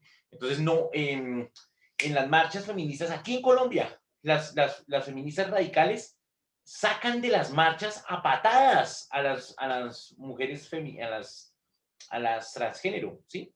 No las consideran mujeres, ¿sí? No las consideran mujeres. Entonces, son hombres disfrazados de mujeres, son hombres, ¿sí? Entonces, ese escenario genera varias contradicciones. Las feministas radicales, hay feminismo liberal, feminismo socialista, feminismo culturalista y feminismo radical. Y dicen que el feminismo radical, hay una autora que dice que había que hacer huelga de úteros, que todo lo que hace el hombre es para dominar a la mujer, su sexualidad, todo. Entonces, es un odio hacia el hombre. Entonces, de ahí viene una gran cantidad de problemas, porque todos los problemas de la humanidad es del hombre, ¿sí? Es el hombre, es el macho opresor, la culpa no era mía, sino la culpa es del Estado violador, que es masculino. Entonces, en ese escenario, pues se rompe, digámoslo así, cualquier forma de discurso, ¿sí? Ya ahí no se puede llegar a entronizar, y ahí va ganando más puntos. Entre más reflexivo sea, ¿sí? Eso es con mucho cariño, ¿sí? Es con mucho cariño a las visiones feministas. Pero entre más irreflexivo, entre más radical, que se ve, eso es cool y es una onda increíble, sea un ala, así sea como la derecha, así sea el Ku Klux Klan, ¿sí? Que sean no, supremacía blanca y nos justificamos, así sean las feministas, terminan rompiendo con el debate. Y cuando ya no se puede debatir, ya entonces se pierde lo que al comienzo de la sesión hablamos, la posibilidad de la civilidad. El máximo instrumento de civilidad que tenemos hoy en día es el debate, es la argumentación. Y cuando nos radicalizamos tanto y que no podemos argumentar o debatir más, pues renunciamos a ese instrumento. Entonces ya nos tocará con otros dispositivos sociales que no sean de liberación y que sean de argumentación, la violencia. Y ahí está. Cuando se reduce o se acaba la posibilidad de argumentar, de deliberar, de debatir, pues deja abierto a que llegue la violencia. Entonces, se armarán. Entonces, la primera línea de las feministas cuando vayan a protestar, la primera línea del Ku Klux Klan, imagínense, la primera línea del Ku Klux Klan, que ya pasa, ¿no? Yo estoy hablando de cosas que ya pasan. En Estados Unidos, en las protestas que se dan en San Francisco, pasó un man loco y arrolló a todos los que estaban protestando por derechos de inmigrantes latinos y afros. Llegó y pum, pasó por encima de ellos, ¿sí? Porque ya es imposible, según estas personas, lograr generar una argumentación y pasan esas vías de hecho terribles, ¿sí? Estamos hablando de eso. O cuando se reunieron en protestas, salieron a marchar unos a favor de la supremacía blanca, ¿sí? Y otros a favor de los derechos sociales y civiles que se dieron en 2017, ¿sí? Atizado el debate y hubo confrontación, porque fuimos incapaces de comunicarnos, ¿sí? Por eso es importante, ¿sí? Y sobre todo en estos contextos de derecho, que sigamos utilizando las reglas de la argumentación. Bueno, entonces, lo primero, ¿qué reglas de la argumentación vamos a utilizar? A Irwin Copy. Irwin Copy es un teórico lógico, ¿sí? Pero es un lógico suave, es un lógico no de aplicar el silogismo a rajatabla. Copy dice en el texto que tomen la lógica como hacer ejercicio.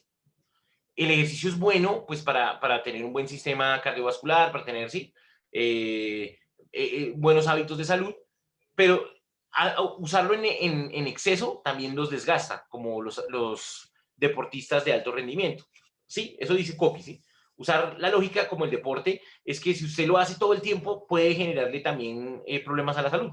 Tiene que usarlo de manera moderada, ¿sí? La lógica, al igual que el ejercicio, al igual que el deporte, se debe usar de manera moderada. O sea, sí es necesario hacerlo, pero de manera moderada. Entonces, él a eso le va a llamar el árbol argumentativo. ¿Qué es el árbol argumentativo? Utilizar juicios lógicos para tratar de convencer.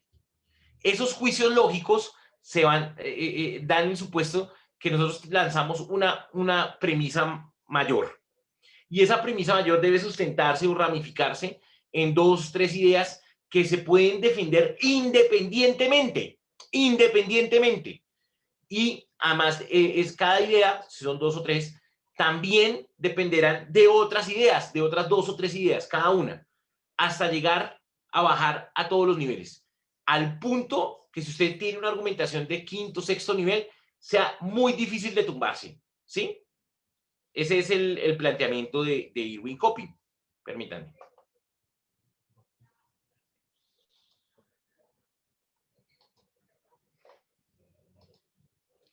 Entonces, en ese escenario, ¿sí? Por ejemplo, si vamos a tener una argumentación rápido sobre despenalización del aborto. Copy dice, tiene que tener usted por lo menos 2, 3 ideas que puedan argumentar esa despenalización. Entonces yo diría esto. Mejor uso del sistema de salud. Primera idea. Que sean independientes, o sea, se puedan defender solitas. Protección a la libertad de la mujer.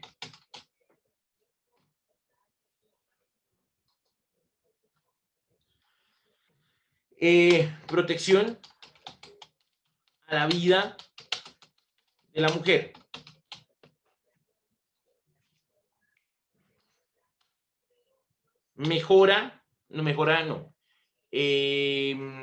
Bajo costo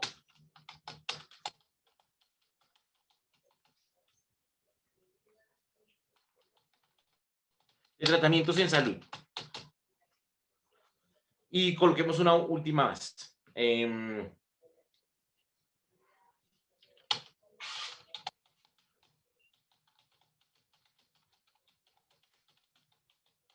Reconocimiento de derechos de minorías.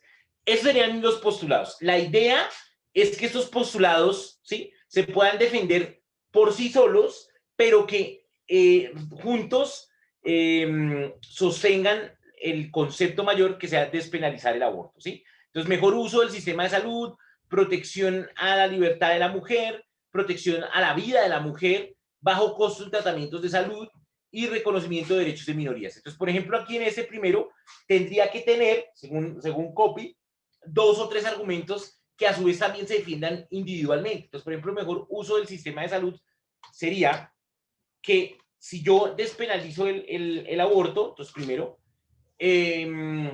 no voy a tener, entonces no se harán procedimientos clandestinos.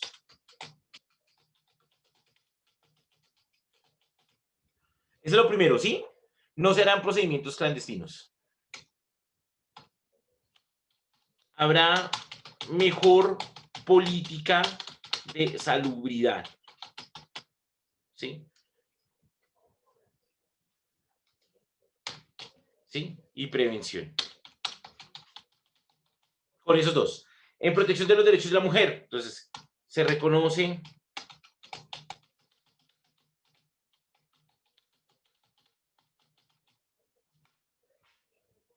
perdón, aquí era uno.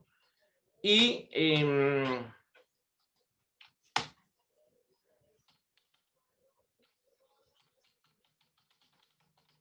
defensa de los derechos sexuales y reproductivos. Esto es solamente haciendo como algunos ejemplos, ¿sí? Aquí es para tratar de llegar a un segundo nivel. Protección del derecho a la vida de la mujer. Entonces, solamente tendría un argumento. Entonces, no, saldrían como 3 argumentos, pero pues solamente voy a generar uno. El más representativo es que si se despenaliza el aborto, al no haber abortos clandestinos, se reduce la tasa, reducción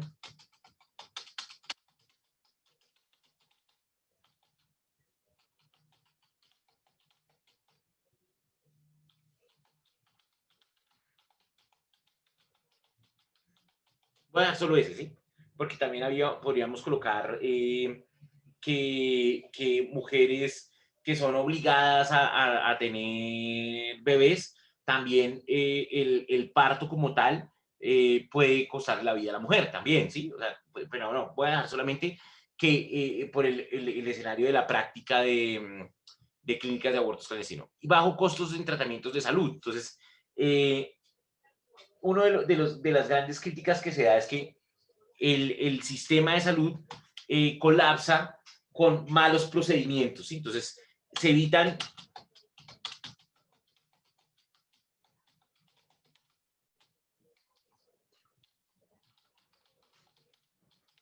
de abortos clandestinos, o el otro es las secuelas.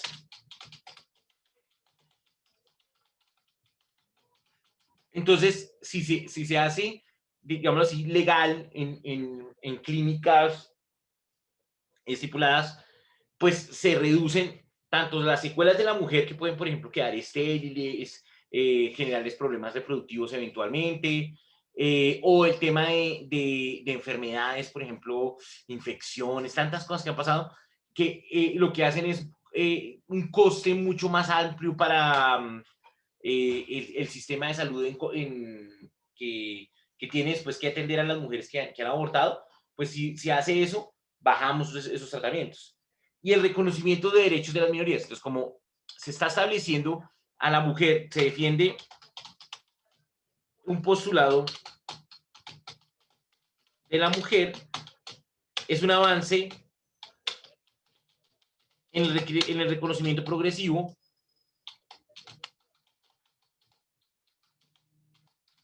de derechos de minorías. Entonces, minorías podemos colocar ahí étnicas y LGTBI. ¿Sí? Entonces, como si hacemos este concepto de reconocimiento del aborto, estaríamos en parte haciendo un reconocimiento también a un avance progresivo de derechos de minorías. Ese sería, digámoslo así, lo que establecería Irving Copley. O sea, tema principal, despenalizar el aborto. Utilizo criterio, entonces ese argumento llamémoslo argumento A. A este llamémosle argumento B. Eso es lo que hace Copley. A este llamémosle argumento C. A este llamémosle argumento D. Y a ese argumento llamémosle argumento E. Entonces, él dice, si nosotros logramos, ¿sí?, incluir en segundo nivel, ¿sí?, tercer nivel, cuarto nivel, hasta llegar a sexto nivel, argumentos que defiendan esos postulados, será más difícil para el contradictor tumbarlos, porque tiene el contradictor que tumbar argumento por argumento. Yo coloco 5 argumentos, ¿sí? Es probable, pues ya vieron que lo hice aquí a la carrera, es probable que algunos de esos argumentos estén mal, estén mal construidos o sean insuficientes, ¿sí? Cada argumento, por ejemplo, este tiene 1, entonces este argumento llamémosle A1, 1A, 2A, quiere decir que yo presenté 2 argumentos que soportan el mejor uso del sistema de salud. En el de protección a la libertad de la mujer tiene argumento 1B, 2B. Y en protección a la vida, dije que habían como 3 argumentos, pero solamente coloqué 1C. En bajo costo de tratamientos coloqué 2, entonces 1D, 2D. Y en reconocimiento de derechos de minorías, que es ahí súper rápido, 1E. ¿Listo? Entonces, si se dan cuenta, yo en despenalizar el aborto presenté 1, 2, 3, 4 y 5 posibles argumentos fuertes. Y esos 5 argumentos fuertes disgregaron 1, 2, 3, 4, 5, 6, 7, 8. O sea, quiere decir que ustedes para tumbarme la argumentación de oigan, no, vamos a seguir manteniendo la penalización del aborto, tendrían que contestar 8 argumentos. Ahora imaginen que pudiéramos bajar a otro nivel más, o sea, sustentar el 1A con 2 argumentos más, el 2A con 2 argumentos más. Entonces ya convertimos posiblemente en el árbol argumentativo, dejamos de ser 8 argumentos y se pueden convertir en perfectamente 16 o 32 argumentos, ¿sí?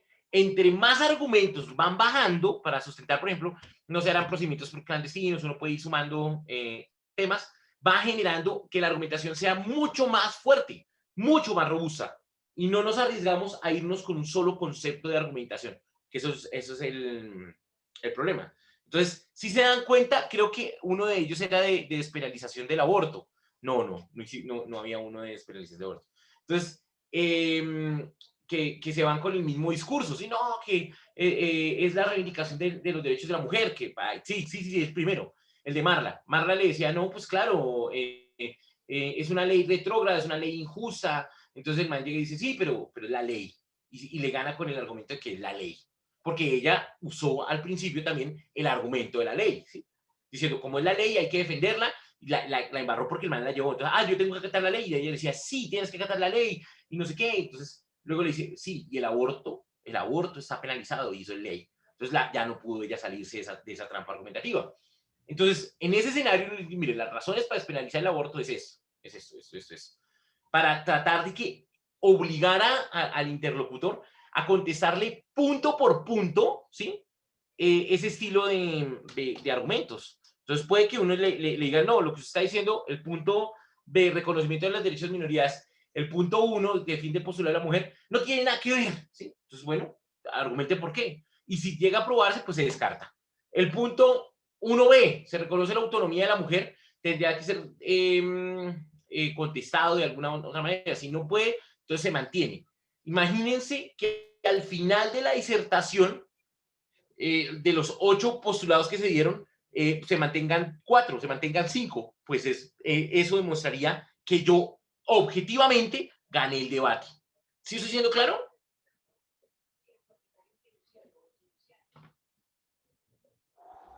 Sí, señor. Bueno, ¿preguntas? ¿Sin preguntas?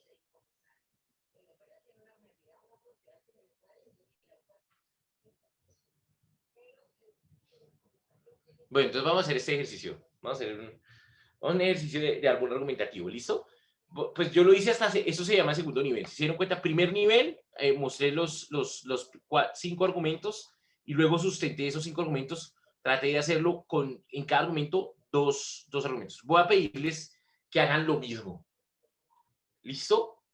Vamos a hacerlo para la próxima clase, igualito como un árbol argumentativo, bajando, con el tema de si debemos prohibir el reggaetón. ¿Listo? Entonces pónganle cuidado. Como ustedes me han prestado tanta atención y han sido tan participativos, ¿se escuchan? ¿Se escuchan? ¿No se escucha? Sí se escucha. Voy a dividirlos así. Quienes van a hacer el árbol argumentativo de prohibir el reggaetón, usando eso, pueden ir hasta, yo solo hice 2 niveles, ¿no? Hagámoslo con 2 niveles. ¿Sí? Ya si quieren ir a un tercer nivel, perfecto, pero hagámoslo con 2 niveles. Va a ser, escuchen bien, prohibir el reggaetón. Albeiro de Jesús Huertas, Alejandra Benavides, Ana Gómez, Elizabeth Manrique Montes, Esperanza Silva, Fabio Ernesto Rincón. Y los que deben argumentar que el reggaetón debe mantenerse por lo que quieran, ¿sí? Debe ser Fabio Gilberto Rojas, el profe Fabio, Fernando Díaz, Freddy Delgado, Half Lady Janet Gómez Otálora, John Arellano, Juan Manuel Gómez Forero, Lady Diana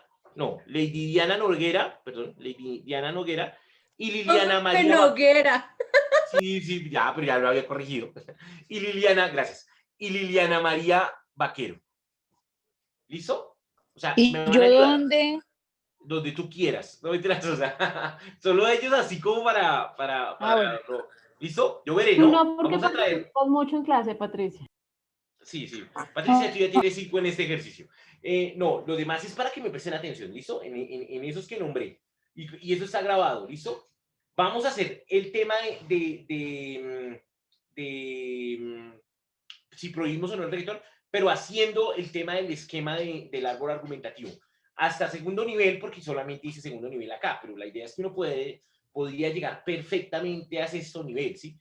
Entre más argumentos se presenten que sustenten los primeros postulados, será mucho más difícil contradecirlos, ¿sí? Será mucho más difícil poder llegar y decirles que no. ¿Sí estoy siendo claro? Ah, bueno. Entonces, en ese punto, pues no sé si tengan preguntas o comentarios. Clara la actividad, profe. Gracias. Profe, toca hacer nomás el ejercicio. Sí. Profe, una pregunta. Sí, dime. Digamos que tú hiciste acá hasta el segundo nivel, ¿cierto? Sí, hasta el segundo nivel. Si yo quiero bajar al tercer nivel, ¿qué tengo que hacer? Cojo la primera, desgloso nada más. Espera. Ok. Dame un segundito. Espera, un segundito. Supongamos que vamos a hacer un tercer nivel, ¿no?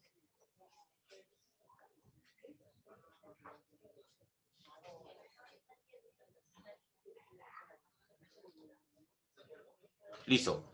Pónganle cuidado. Ah, la cagué. Perdón.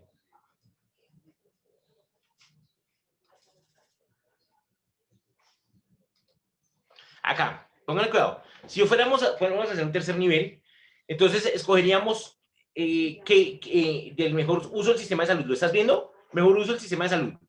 Entonces cojo el 1A. Escucha esto. 1A. O sea, voy a hacer contestación del 1A y a ese le llamaré 1A1. ¿Sí? Y en ese 1A1, que es sobre procedimientos clandestinos, llego y podría ser, eso es falaz, ¿no? Es una mentira porque no tengo los datos acá. Pero supongamos que de cuántos establecimientos clandestinos hay haciendo abortos. Entonces, si hay unas cifras, porque fueron cerrados por la alcaldía de Bogotá, de Peñalosa, fueron cerrados, creo que 50, la cifra la estoy inventando, 50 establecimientos clandestinos. Entonces, si yo legalizo el tema del aborto, voy a realmente dar un impacto de cerrar definitivamente esos establecimientos. ¿Listo? Eso es importante. En el 1, por ejemplo, 1A2, ¿sí? El 1A2 hace referencia también a que estoy en el tercer nivel fortaleciendo el de no serán procedimientos clandestinos, así como el de establecimientos clandestinos, que son 50, y puedo llegar y decir, tendremos mejores médicos y profesionales en salud. ¿Sí? Ahora, bueno, entonces, incluso podríamos llegar y generar eso. El 1A3 y decir que habría censo, ¿sí?, de las personas que se practiquen el aborto. Entonces, ustedes dirán, pero uy, ¿para qué necesitarían un censo? Pues saber cuántos abortos se están haciendo, las edades en el que se hace este estilo de prácticas. Gracias. O sea, todo orientado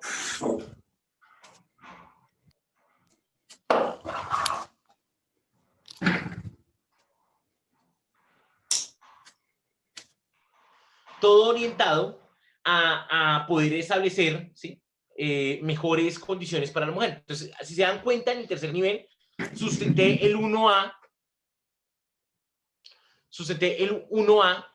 con 3 argumentos, 1A1, 1A2, 1A3.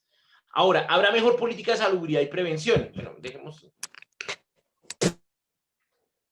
Habrá mejor política de seguridad y prevención. Entonces lo podemos hacer mediante ese criterio. Esperanza, okay, ¿quieres hablar? ¿Quieres hablar? ¿Aló, Esperanza? Esperanza, es que has activado varias veces el micrófono. Si quieres, puedes darnos tu intervención. ¿Sí? Aló. Doctor, gracias. Tengo una inquietud sobre Dale. el primer momento cuando se hablaba de que existía algo predeterminado. ¿Eso no es subjetivo? Pero, ¿cómo así? ¿En dónde está predeterminado? ¿En dónde? Cuando comenzábamos a hablar y se explicaba que existía un concepto predeterminado. ¿Pero en qué momento? Al comienzo. Cuando Patricia me preguntó sobre el tema y que ya existían ciertos elementos que ya nosotros veníamos con argumentos implícitos, ahí, ¿eso, Esperanza? Sí, bien. Señor. Sí, nosotros sí tenemos en nuestra naturaleza, nosotros ya venía, sí, que yo expliqué eso, nosotros veníamos con ciertos temas enseñados desde casa, con ciertos temas que son generados por un contexto social, eso lo dije. Entonces, que eso hacía más difícil, ¿sí? El tema de las intervenciones o debates o deliberaciones en ciertos temas, ¿sí? O sea, que ya el tema ya venía con una cierta carga ideológica, eso sí es verdad.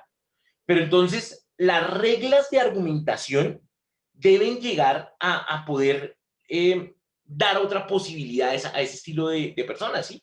Nosotros podríamos, yo, por ejemplo, yo vengo de una tradición católica, soy súper religioso, tengo una visión, ¿sí?, de los roles de los hombres y de las mujeres, o sea, para decir que uno es machista, pero la misma argumentación, la misma práctica, me podría llegar y decir o mostrar otras razones para uno evitar o rechazar esas prácticas que le fueron enseñadas en casa, ¿sí? Piensen ustedes cuántas cosas ustedes mismos son conscientes que no les gusta hacer, aunque ya son preconcebidas, o que ustedes dejaron atrás. Yo tenía una, la de mi papá, y precisamente este fin de semana hablamos de eso. Mi papá está vivo, ¿no? Mi papá tenía cuando chinos que íbamos a comer pizza o algo, y si no lo atendían, eso mejor dicho, se indignaba. Estoy hablando de algo natural, ¿sí? Y su indignación era, nos vamos de acá, muy mal servicio. Y amargaba, digámoslo así, la salida, ¿sí? Entonces era, no, yo me acuerdo la sensación, ¿no? 10 años, y uno, no, mi papá no se vaya a molestar porque entonces se pierde, digamos así, la oportunidad de la salida, ¿sí? De ir así, lo que sea, porque no, se sintió que no fue atendido, ¿sí? Ese concepto de que, entonces son prácticas que uno no quiere repetir. Piensen en esas prácticas que son enseñadas desde casa, ¿sí? Que uno dice, no lo quiere hacer. Ahora llévenlo a un nivel discursivo, Cosas, por ejemplo, que en la casa le decían, no, es que mire, yo solamente creo que el hombre es el que trabaja y la mujer es la que debe estar en el hogar. Estoy hablando de discursos propios de las familias colombianas. Si ustedes me dicen que no pasa eso en sus casas, es mentira. Si no pasó con sus papás, si no pasó con sus abuelos, están siendo mentirosos, porque venimos de una práctica cultural que viene así, pero que hemos podido ir dejando atrás, que hemos podido ir superando como sociedad democrática. Entonces, esos escenarios preconcebidos, claro que pueden ser transformados con la argumentación, que pueden ser transformados con el escenario democrático de liberación. Y a eso vamos. Cada vez que nosotros nos educamos, hay un concepto de filosofía ética de Hannah Arendt que dice que entre más conocimiento tenemos, es probable que mejor personas seamos. Las personas que obran a veces mal o que han obrado cometiendo un daño a otros, es por ignorancia, es por falta de ciertos conocimientos específicos que los hace ser incluso hasta crueles. Hay otro tipo de maldad, sí, el de la crueldad injustificada, solamente la sensación de lastimar a otros, ¿sí? Pero hay decisiones que se han tomado, ¿sí?, que sin la suficiente información, que conllevaron a graves males, ¿sí?, a graves males. De pronto la persona no lo sabía, no lo calculó bien y causó un grave sufrimiento. Entonces, ese estilo de escenarios dice Hannah Arendt, que entre más conocimiento tenemos, entre más abordamos mejor un tema, entre más podemos, mejores personas somos, porque con el conocimiento existente podemos hacer mejor las cosas, de mejor manera. Entonces es una visión bastante chévere de la autora, que pues los invito a que la tengan en cuenta. Sí, hay visiones preconcebidas, como lo dije al inicio de la sesión, pero el desafío de la argumentación es poder, siempre y cuando pues, creemos que son poderosas, que es razonada, que es democrática, pues ir tratando de revertir ese estilo de cosas. Si no hubiera sido por ese escenario de liberación, yo también les dije que la argumentación era la máxima expresión de civilidad que tenemos hoy en día, lo que reduce la violencia, lo que genera todo un cambio paradigmático.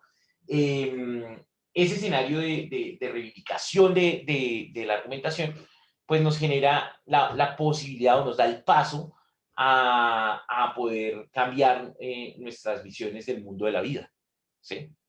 Era antes impensado reivindicaciones, por ejemplo, de la comunidad LGTBI.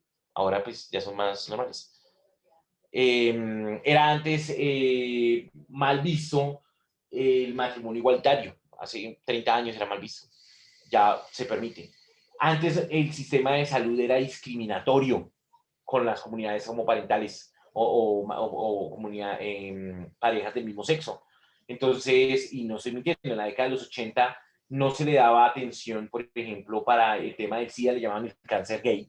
Entonces decía, usted tiene SIDA es porque usted es gay, y no lo atendían con la misma rigurosidad, no hacían estudios sobre la enfermedad que conllevó la falta de estudios, la falta de entender lo que estaba pasando, conllevó a que el SIDA se esparciera muchísimo y que muriera mucha gente.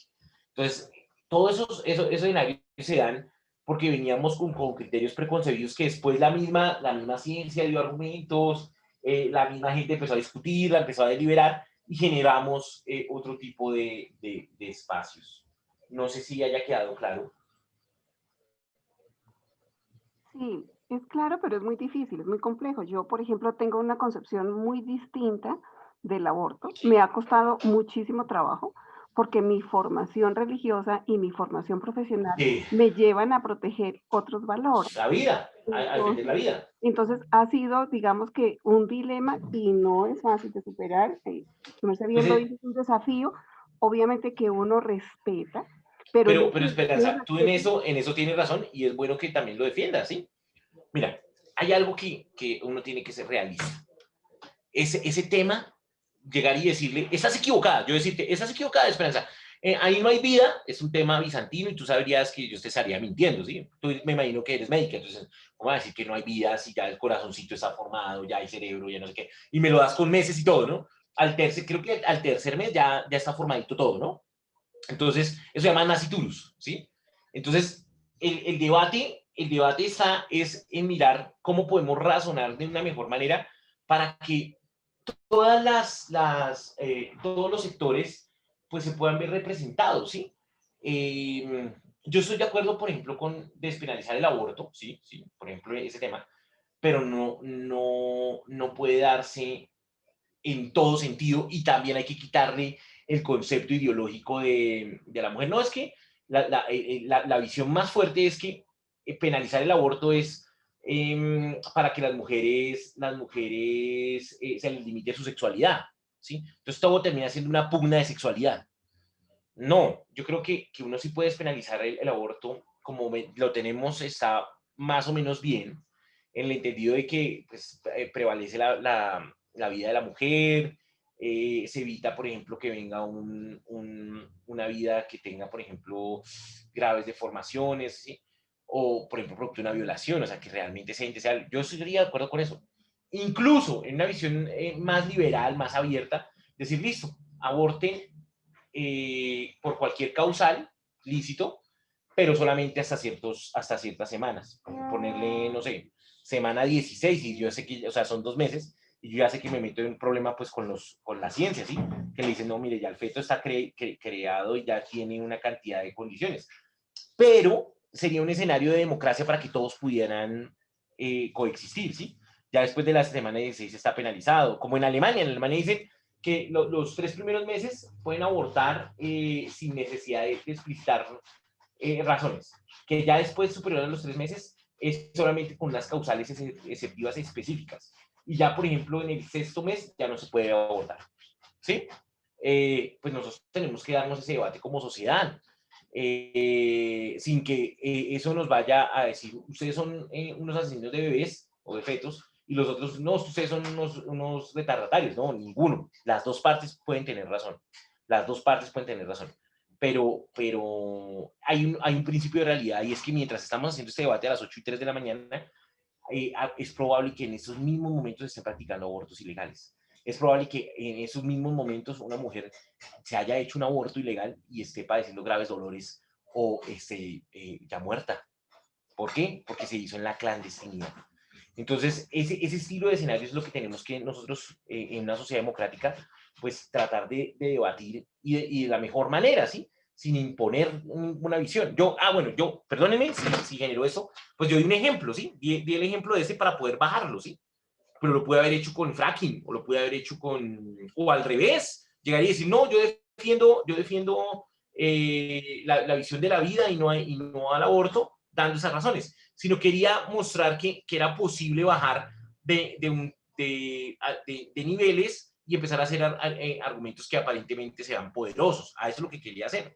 Pero lo podríamos hacer con cualquier ejemplo. No estoy tratando, y eso siempre lo digo, de convencerlos de algo. Al contrario, ustedes pueden defender el postulado que quieran, pero traten de usarlo con las reglas, ¿sí? Con las reglas argumentativas. ¿Por qué? Porque eso también nos da un escenario de democracia. Profe, qué pena interrumpirlo. Buenos días. Buenos días. Profe, es que tenemos ya clase con la siguiente. Y creí que me ibas a decir algo súper importante. No, yo sé que, bueno, está bien. Bueno, muchas gracias por haberse quedado. Nos vemos entonces otro martes y discúlpenme por no haberme conectado el martes pasado. Bueno, profe, gracias. Que esté muy bien. Chao. Buen día, sí, señor. Bueno, muchas gracias. Gracias, profe. Buen día. Doctor. Gracias, profe. Doctor. Doctor Vadillo.